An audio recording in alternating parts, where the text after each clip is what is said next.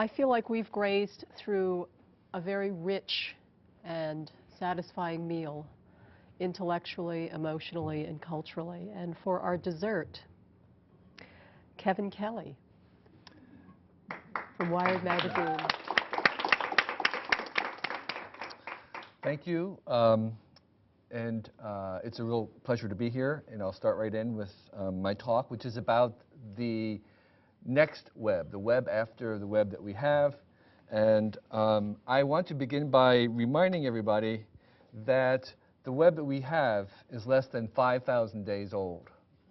Okay? So everything that we now take for granted, satellite images of the Earth, your family tree, all patents, anyone's phone number, everything for sale, government forms, weather everywhere, all your friends, real-time stock quotes, newspapers, sports scores, for sale ads of everything you can imagine, real estate prices, library books, street maps, everything on auction, all movies, all regulations, Library of Congress, all this stuff has happened in 5,000 days.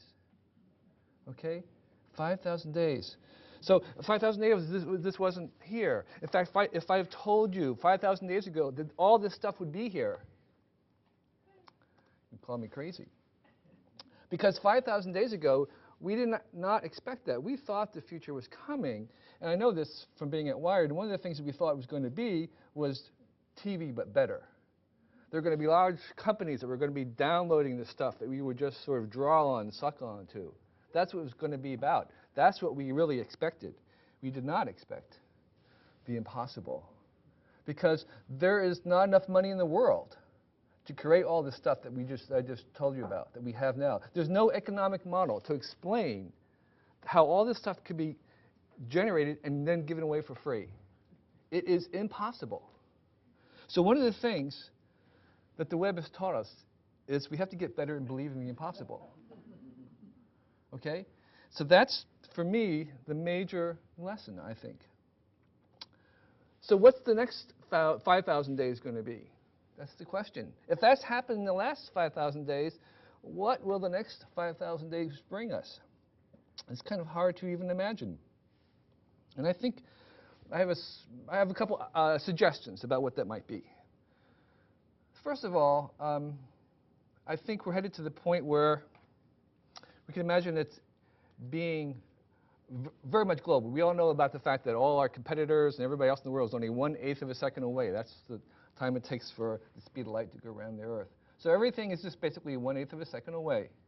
That's one way in which it's global. But there's another way in which we're global, and that is we have a single internet. We have, if you can imagine the internet, basically this is kind of a representational map of all the nodes in the internet. In fact, this is actually a map of the internet. This is a map of the backbones of all the internets, and this is what it looks like from afar. I think some of the blue is probably North American trunk lines. But basically what you want to think about is that we have basically one machine. There is only one computer. All the computers in the world are connected up together, and they're acting as if they're just one computer. So that's the computer that we're programming for. That's the thing that we're actually now working on. That's the thing that's going to count. There's just really only one computer. So several things to say about this. One is that this is the most reliable machine we've ever made because it's not been down. There's no other machine that's run that long for that many hours without ever going down. And so it's made, in a very curious way, it's made from imperfect, unreliable parts connected together to make the most reliable thing we have. Maybe that's post-enlightenment, I don't know. But if we want to think about it as a whole, we can kind of think about it as if it was one literal organism, one machine. And one of the things about it is it does about 100 billion clicks per day. And it contains about 55 trillion links between all the pages of the web pages in the world. And if we keep going on that, we can count up the fact that there was 1 billion PC chips, and it does 2 million emails, and 8 terabytes per second of traffic, and et cetera, et cetera. It's a huge, huge machine. And it uses 5% of the world's electricity to keep it going. So it's a very, very large beast. And if you take these specifications as if it were sort of if we were kind of specifying it as if it was for sale on Amazon, a very curious thing happens is that I noticed that there's about 100 billion clicks per day and 55 synapses, that the rough order of magnitude of this machine is very equivalent to the size and the scale of the human brain. Okay, almost the same number of neurons, almost the same number of synapses. Roughly, we've made a machine that's roughly, approximately in complexity to the level of the human brain. Because, in fact, this is how the web works. It's by associative memory. It's by the fact that it's connecting things here and there in the same way that the neurons in our brain work. However, your brain is not doubling every 2 years. On the contrary. Exactly. So, if we can think of right now the machine as being one human brain right now, 1 HB, it's going to be 6 billion HB 30 years from now, if not sooner. Okay? So basically, this machine will exceed the processing power of all humans on Earth within 30 years.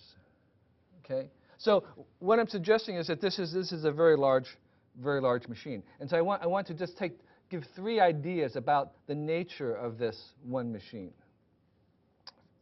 Okay, the first thing about it is that we're giving it a body. We're embodying this machine, and that's one of the things that's going to happen in the next, I believe, the next 5,000 days. So, and the second thing is we're going to restructure the organization of our data and knowledge. And the third thing is that we're going to become very codependent upon it. So, embodiment. If we can think about all these gadgets that we have and carry in our pockets that we fill our living rooms with, we think of all these gadgets, we think of them as separate right now, but really, in fact, what they are is that they're all windows into the same machine. They're all looking into the same machine. They're just all little portals into the same one machine. Okay, and that, we can think of that as a cloud. Sometimes they talk about the cloud, so these little devices become cloud books instead of MacBooks. We're talking to the cloud. They will become sort of thin little, maybe they don't carry very much memory because everything happens on the machine that they're looking into. So the cloud book, we already have one with the one laptop computer. It basically doesn't have a hard drive. It just has to be connected, and once it's connected to the cloud, to the machine, it works. Everything. We have all the webs and movies and music of the world is all going onto, and these things, these cameras are becoming basically the eyeballs for this machine. And everything that we have will go through the web. And so here's an example of Grand Central, which does all your phones. So every phone record that you do, every phone call is recorded, and you can actually have web access to all your phone calls. That's how it should be. That's how it will be. Everything. Here's an example of, we know what's happening with Word documents and spreadsheets. Everything is going to the web. That's where it's going to work. That's the one machine that we're working on. In fact, at a point, the web will own every single bit. Lots of the bits that we're doing right now on word processors or spreadsheets aren't on the web, but they all will be. So the web is basically, you can think of it kind of like a black hole that's sucking up everything. All information, all data will go on to the web. So the whole thing will be all webized. Web is the OS. And I mean everything, not just the data stuff. I mean literally everything. So if you can take this picture, and you can imagine that everything in that, every light signal, every billboard, everything's happening is all talking to the web. In fact, I just saw the other day the picture frames, these digital picture frames, they have a URL. You can email your pictures onto the frame. So I've been talking about this for a long time, that everything will have an email address. That's happening right now. Your doorknob will have an email address. Most hotels, they have computers in the doorknobs already, so why not? So everything is going on to the web. Shirts, clothes will have a little RFID tag in them, then you put them in the washing machine. The washing machine will know what to do with it. So we have the Internet of Things. So we have chips into shoes, and we have chips into cars, and cars have so much chips into them that we can think of them as chips with wheels. And shoes are chips with heels. Okay? So in the beginning of the digital economy, we thought that there was going to be this disembodied, separate informational world, cyberspace, that was disembodied. But in fact, what's happening really, it's not that there's two worlds, the world of the atoms and the world of the digital. What's happening really is that those two are coming together. Augmented reality, the idea that, in fact, everything that we have will have a little chip in it, and that dual world is the world that we're headed into, so everything has an informational basis. And that convergence is really what we're talking about, where the digital world and the atom worlds come together. And one of the things that actually means is the fact that all these separate medias that we're imagining as separate are actually converging. So that's the real convergence, is the fact that TV, film, videos, newspapers, books, magazines, all are basically only one platform. Basically, the behaviors, the rules that govern them all, govern them all. Okay? So copies have no values. What's really valuable is the fact that things that can't be copied are where the value lies. When you have the world of copies, what you wanted to do is talk about things that can't be copied. And media wants to be liquid. This is another universal world of universal law of the media and network effects rules, which means that like the fax machine, you know about that, right? The first person who bought the fax machine was an idiot because there's nobody to fax to. So he becomes the evangelist for getting people to buy fax machines. So the more people that buy fax machines, the more valuable it becomes. That's the network effects. And attention is the currency, the only scarcity that we have, the most valuable thing. So those are the general rules that will apply to everything in the media world. So the McLuhan version of the world was machines are extensions of the human senses, but we're actually kind of reversing that, and we're doing the humans are the extended senses of the machine. Okay? The number of, basically turning the world inside out. So we become basically the senses for this one machine.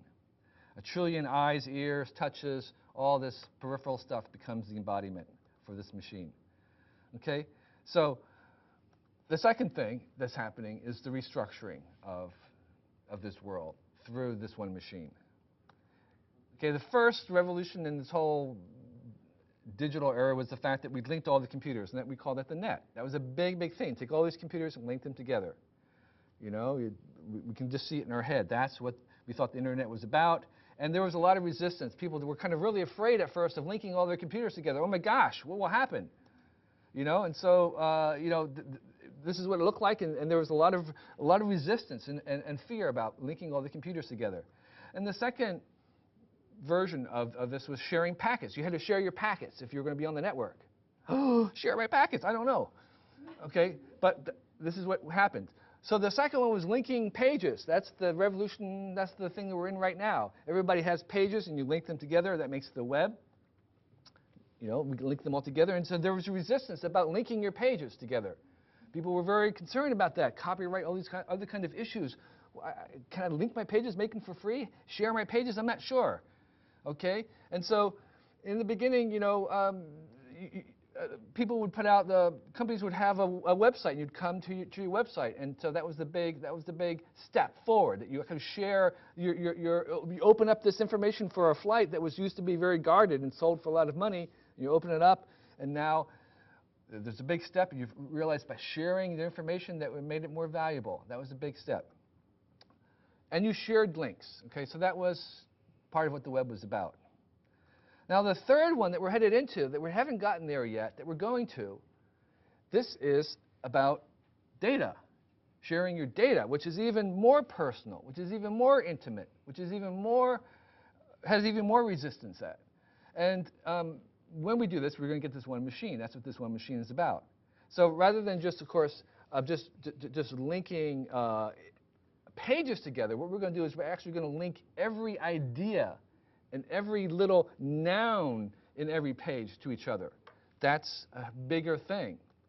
So we're going to go from not just going from a page to page, we're going from an idea to another idea. It's a much finer resolution, and it's much scarier when you actually begin to do this, because it means you're giving up even more of what people think of as their gems, as the data itself.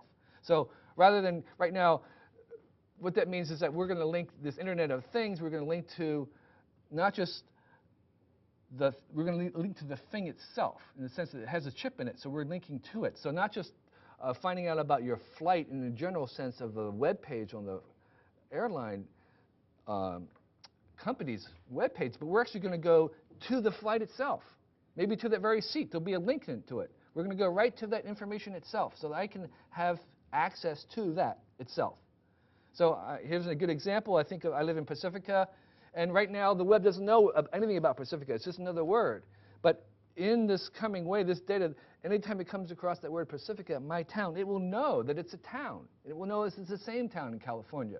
It will become aware of that because we will teach it and say, anytime this word appears, it's always going to be this. It's going to be this little cove here. And it will, in a certain sense, know that, and in a certain sense, make it smarter by the fact that we have reduced it to that level. These are some of the acronyms you're going to see a lot of. These are the acronyms that are going to be used in the semantic web. And these are some of the companies. The web, this is Web 2.0, the idea that all the social sites, all right? These are all the social sites that are up there right now. And each time you go to one of these, you have to tell who your friends are again. Duh. I mean, why should you do that? It's crazy. The web should know. You should tell it once. Okay? So it should know who you are. You should be a unique individual. And then you know it's your friends. And anytime you go, it should recognize who you are and who your friends are. That's what we're talking about. So you have all these things put into a universal database. So you can think of this as the worldwide database. You can think about it as the data web, as the semantic web, as the Web 3.0. These are all names for the same thing. It's this idea of putting everything down into their most primitive informational atomic elements and then reassembling them. So that's the semantic web. Web 3.0, the giant global graph, these are all names for the same thing. And these are all attempts to take this more intimate version of things and link them together in new ways. And you're sharing data which people feel uncomfortable at first by doing, but will increase in value when we do it. So not just, again, not just virtual things, but everything we have, every location, geocoding, everything that we manufacture, those SKUs, everything about it, the whole course, the whole history of where it was manufactured, all its ingredients, everything about it becomes and flows into this database. And that is what is going to generate this next realm of wealth, is when we reassemble and recombine all these really bits of information in an intelligent way. The database of things. And the fourth, as I said, is to link the entire world. You know, not just the virtual things, but the physical things, this Internet of Worlds, so that we're going right, not just to the airline front page, but right to our seat in terms of having that resolution of data. So everything there, and basically what you want to be able to think of is that the web is going to be around us. We're going to be in the web. The web is not something out there. It's going to be, we're going to be surrounded. We're going to live inside this machine. We're going to live inside this web because everything we see will be connected to it and be part of it. That is going to produce the third thing, which is codependency. Because Dave was just talking about his girl, you know, why is your iPhone so smart? Well, what happens when you take your iPhone away? I had a friend, they have an 18-year-old daughter or 16-year-old daughter, and then she was grounded for some really serious infraction, and they took her cell phone away, and she became physically sick. No, she was like amputation. It was like amputating her. She just could not get through the day. And so, an always-on world, okay, this is what we're talking about. We're talking about always on, okay? And, you know, I liked being able to find out myself, self-monitoring. This is actually turns out if you let Google monitor you, you can find out all kinds of things about you. This is my search activity generalized for the hours of the day, and so around 10 or 11 is apparently when I do the most searching. I didn't know that about myself, but Google let me know because I am always on. So one of the things we have to realize is that total personalization requires total transparency. Okay, those two things, we can't have everything tailored to us unless we're going to be radically transparent to it. So that's the deal that we're kind of entering into, and most of us are not really ready for that. But total personalization requires total surveillance, basically. Okay, so Google is there, and I'm finding that it's much easier for me to just Google something than try to remember it.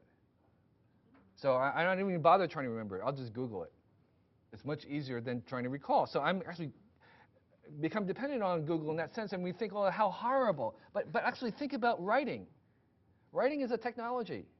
How dependent we are to write things down, to remember things.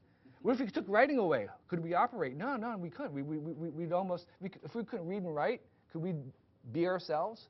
Well, I think the same thing is happening with Google. Google is another technology like writing, which is so instrumental to our culture, so foundational that we can't even separate it out. We're completely codependent upon reading and writing.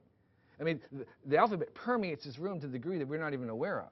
There's hardly a thing made that doesn't have this technology called writing put it onto it. And we're going to do the same thing with chips and put it into the one machine. And so we will become incredibly dependent upon it. And, you know, Larry Page has said, the founder, he says what they're really trying to do at Google is really make an AI. Okay, that's very explicit. Okay, so when 6 billion humans search Google, who's really searching who? So it's a real codependency there. We are the web. We are the web. We're in the web. The two of them are pretty symbiotic. So that's what I think is going to be the next 5,000 days. It's not the web only better. It's really something different.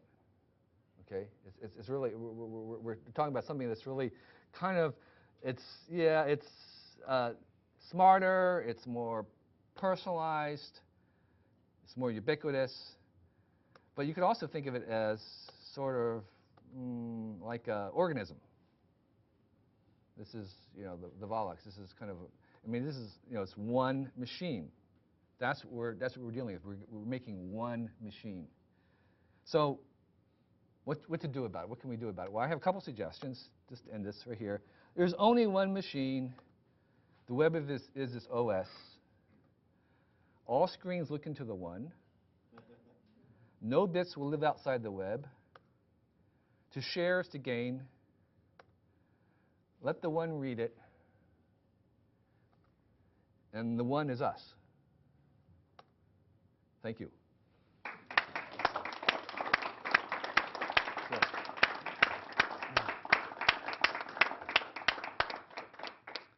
Questions?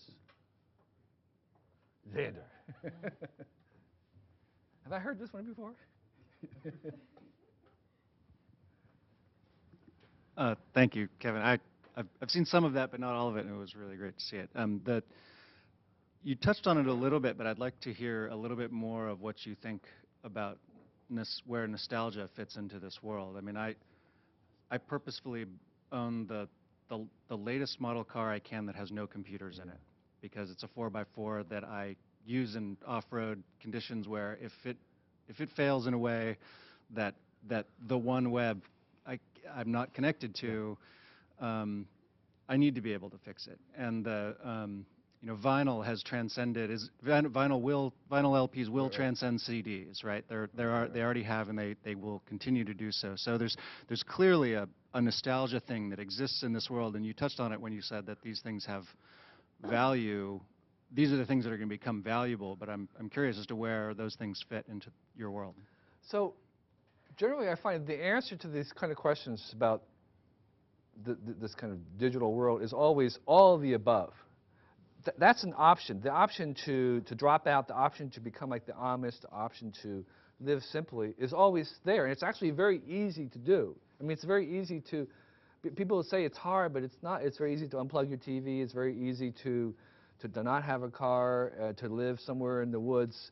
And that option is always there. And what's surprising is how few people actually take it, because once you start to live like that for any length of time, you realize that, in fact, the reason why we have all this stuff is because we have options and possibilities, and you're restricting your possibilities when you go back in time. And so I think we should always make sure that we have those alternatives and we don't eradicate them, that there should be somewhere to be off, that we can retreat, that we can duck out. And so I think it actually, personally, it's a very good habit to take sabbaticals from this technology to unplug. And I think that the more often you do it, the easier it is to do it. So I think those options will be there, and I think nostalgic is a very strong force, and it's a very strong market force, and that there will always be. I mean, here's another thing I've discovered. I tried to find some technology that was no longer available to purchase, and I could not find anything that you couldn't buy now. They're still making parts for steam cars. You can buy a flint-knapped blade like the cavemen made on eBay for $50. In fact, there are more people making stone points right now than there ever were before. It's true. There are more blacksmiths now than there ever were before, just by sheer numbers. There are more people making swords. There are more people making telescopes by hand than ever before. So all these things still exist. So these are just options that they're actually facilitated by the web, because you actually can find them now. You can find these guys making the most obscure thing, and they're being made new, and they're being made in some cases as good or better than they were before. So those options still all exist. Ken. Ken Wilson from the Christensen Fund. Kevin's fabulous. Your account of the dynamics in the system and what's to come, is devastatingly effective. So my question is, what can shape that? Is this an inevitable process? And obviously there are two kinds of things that immediately come to mind, which is the agency of human beings. Do we completely lack agency in motivation and so on? And is that because there are so many of us in this system that the average of it is going to knock it out or whatever? But also, as human beings, we're still savanna primates. Right. So I would. Can you repeat that? All right, I'll try. Ken Wilson at the Christensen Fund. As you describe this process, it has a kind of inevitable drive, and I can see that pattern. So the question becomes, is this really unshapeable? And it comes out into two areas. Do people not have some kind of agency? Is there not some kind of motivation or some kind of cultural ideas or forces that shape history? They certainly appear to have done in the past. Couldn't they shape this forward? Or is the level of participation? I mean, you can't, can we have a Hitler on the web? Perhaps we can't have a Hitler on the web because of the very properties of this machine that, be edited out on Wikipedia, so to speak. But also on the other side of that, we as human beings, as we engage in this process, we're still savanna primates. We might have an ability to have 1 million friends, but as we show when we do these studies, we still have about the same number of friends as we had when we were hanging out in the savannah, eating nuts and hunting buffaloes. But then there's another side to it, which is that context, the impact of context. Again, we know from history that contingency, that chance, that other kinds of dynamics hugely affected the rise and fall of economic systems and of the pattern of power in the world. So something is going on, and something has gone on in the past. Is there nothing that could go on over the next 30 years that would derail or send us in another direction? So how do you deal with this unrolling forward? So in biology, there's two kinds of trajectory or phases. There's evolutionary, and then there's development. And evolutionary things are not inevitable, but development ones are. So an example of development would be the trajectory of an infant being an animal, a mammal, being born, is that assuring that they live, that they will eventually go through a certain inevitable number of phases: adolescence, maturity, reproduction. And so how they individually do that, there's a matter of free choice, but they will go through those developmental phases. And I believe that this one machine is a developmental inevitability, but just as, say, becoming an adolescent would be for an infant, but how a person is and acts as an adolescent, is a subject of choice. So we have a choice of what kind of one machine that we're going to make, but I don't think we have much choice that there will be one machine. So the kinds of choices we have, well, there's lots of choices. There's choices, I mean, like right now, I think we're in a battle right now with like intellectual and property issues about how those kinds of things have a huge influence on the kind of culture and the kind of machine that we make. Is it open and transparent? Does it allow creativity, or is it more controlled and it's shaped by the powers of few? That's a decision that we have. So we can affect the quality of the one machine, but I don't think we can affect the fact that there will be one machine. So, and to the second point about the fact that we're still primate animals that are governed by kind of biological contingencies and issues from the past is true. So, and I think that we will, you know, because those urges are so foundational, that we will basically not adopt and spread technology that doesn't suit that. You know, technologies can come up, and unless people buy them, unless people like them, they're going to die. The ideas don't go away; they're still there, but they just don't become widely adopted. So I think there is a sense of has to fit some way with us, and in the long term, not the 10-year horizon, but the long term, of course, we will re-engineer ourselves to, in some capacity or another, either to fit the technology or in other ways. But that's, you know, that's way beyond. That's not in the local horizon. But I think that is another adaptation, is that we are not static. You know, for a long time, people thought that the human evolution had actually stopped, but the recent studies show again that we were wrong. That in fact, even with culture, the biological selves are still evolving, and so we're a work in process, and we may even engineer ourselves to adapt to this technology in the long term. But in the short term, I think it's still going to fit. We're just not going to, things that you know, that don't fit our hands, it's just simply not going to buy. Yeah. Hi, Gordon Knox, Stanford Humanities Lab. I just have a question about how this fits into some of the bleaker scenarios we're looking at on a global level, and just how much, if we are running out of water, air, and so forth, if that type of, or overpopulating, or these sort of extreme pressures on the very physical ingredients of the globe, how does the big machine, I mean, imagine it could work its way through it, or is it conceivable that actually we could blow that? Well, one of the things I would say is that the big machine wants basically the same thing that we want. The big machine needs clean water.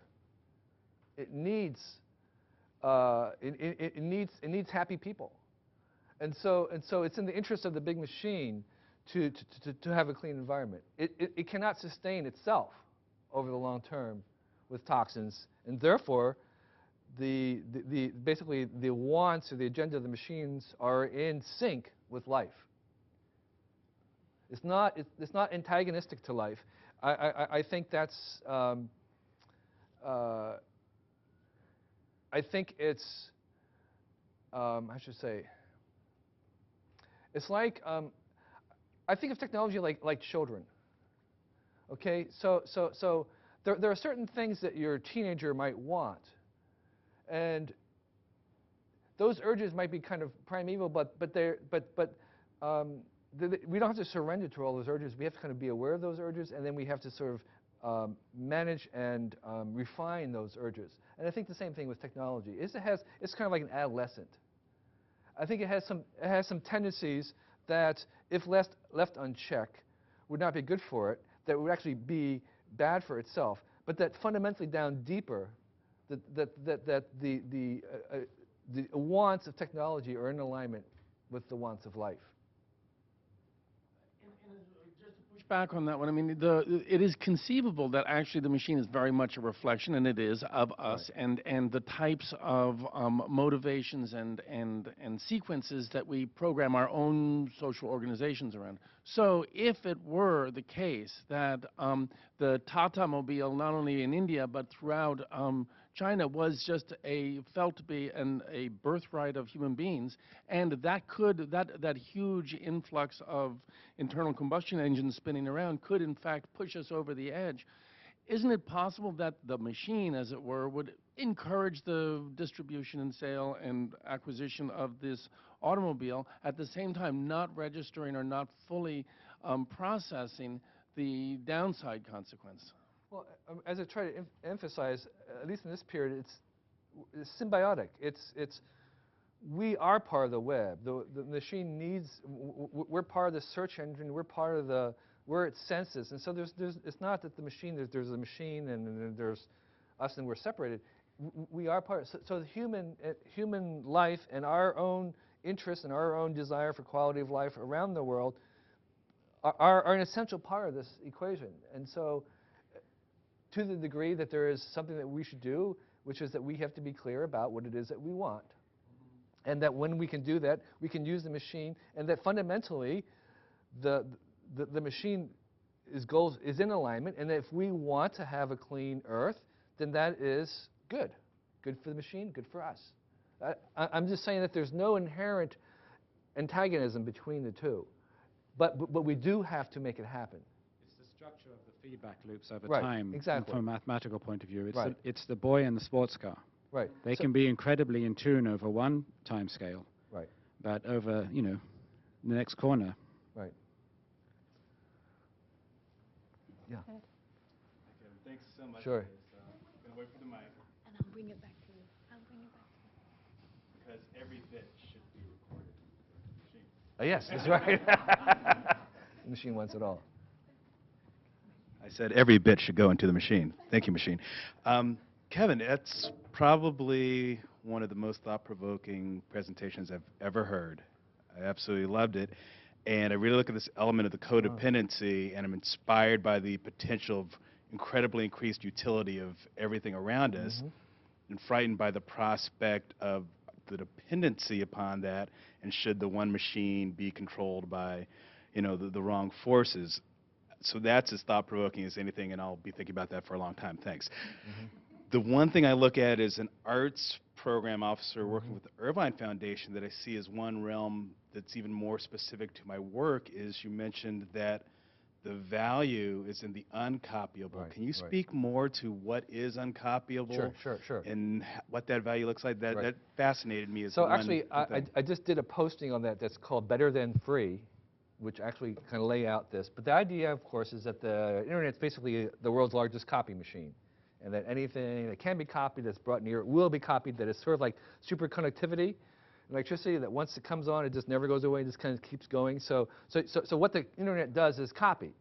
And that in this superabundance of copies, that the value of a copy almost kind of comes to zero. So the only way to really make money, to have value, is to produce things that cannot be copied. And so I think there's about 8 general things, general traits. I call them generatives because we don't have a good word for not copyable and a nice positive. So I call them generatives because they actually have to be kind of grown in place. So one of the ones that it would be like immediacy. So you know that if you just wait around, that eventually you'll get a copy of something, whatever it's music or a book or a movie. But if you want it like right now, as soon as it comes out, maybe as soon as they produce it, you'll pay for it.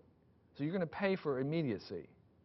Okay, so another one would be personalization.